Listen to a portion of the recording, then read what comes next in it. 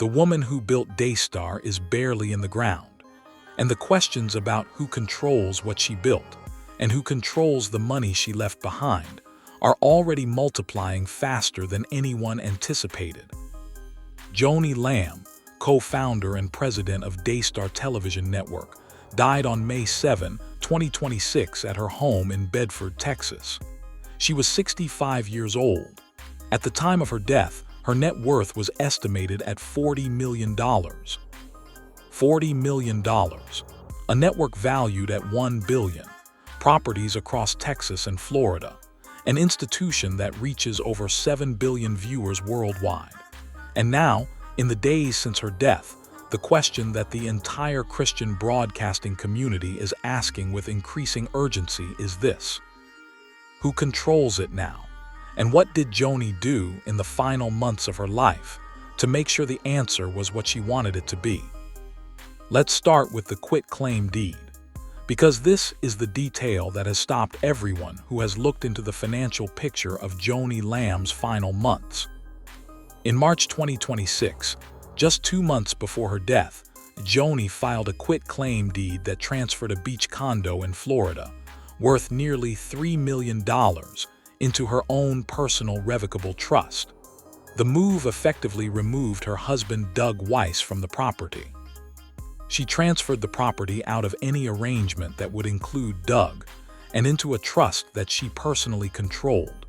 2 months before she died, while she was already seriously ill, while she had been managing the private health battle that nobody outside her inner circle fully knew the extent of. That is not an accident. That is a deliberate legal act, made by a woman who was dying and who was making specific decisions about what she wanted to happen to what she owned. The question the community is now asking: what does that tell us about the state of the marriage in those final months? And what does it tell us about what Joni Lamb believed would happen to her assets if she did not take specific steps to control them herself? Weiss was previously married and ended his marriage in order to be with Lamb.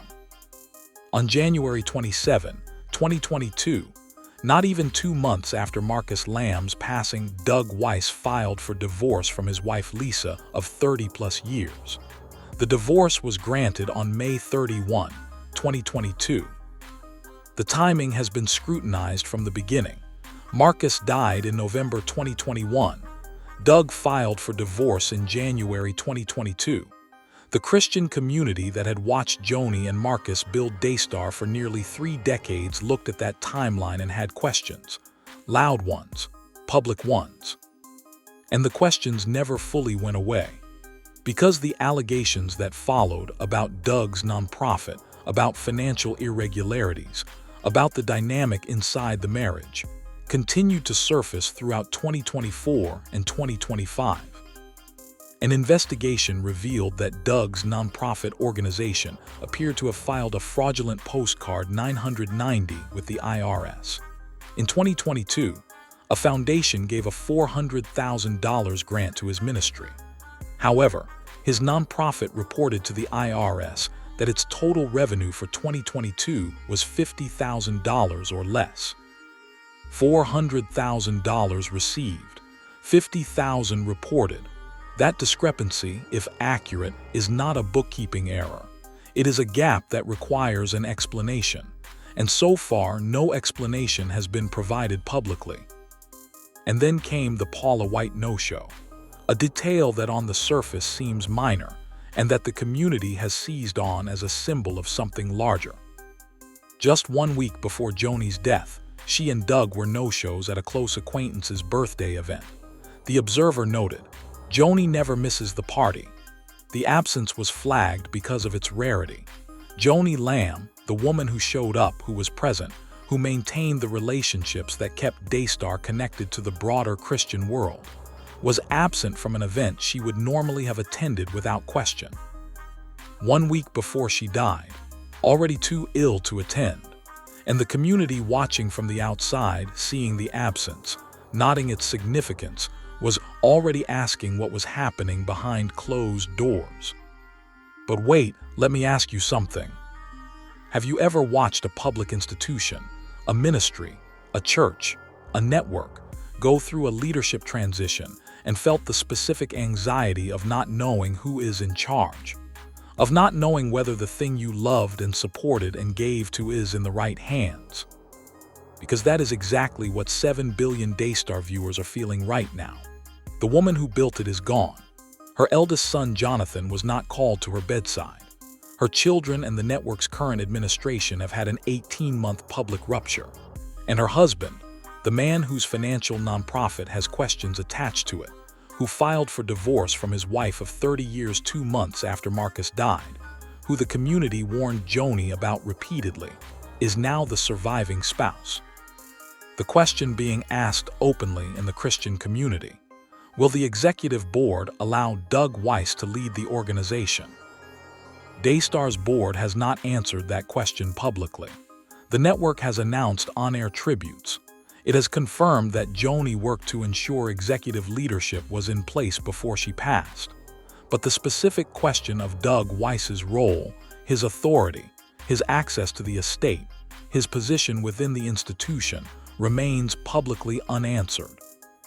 Joni made significant financial decisions before she passed, including the quitclaim deed that transferred the Florida property into her personal revocable trust rather than any joint arrangement with Doug. If she was protecting that asset from him, even partially, even in one transaction, that action speaks louder than any statement either party has made, because dying people do not file quitclaim deeds for no reason. They file them because they have made a decision about who gets what. And in March 2026, Joanie Lamb made a decision.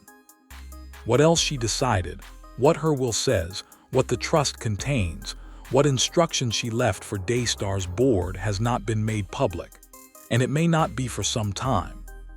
But the quitclaim deed is public record, and it tells a story that the community is now reading very carefully.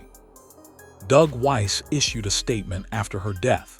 He wrote that there are no words that really capture the weight of this, that she was deeply loved, that he was asking for prayers for their family as they navigate the painful loss.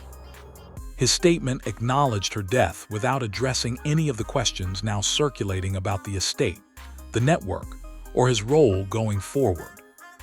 The community noticed the silence on those questions, and the silence has done nothing to quiet the questions.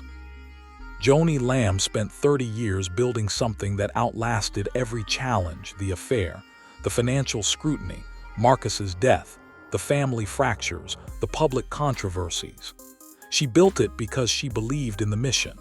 And in her final months, even while she was dying, she was making decisions about what happened to that mission after she was gone.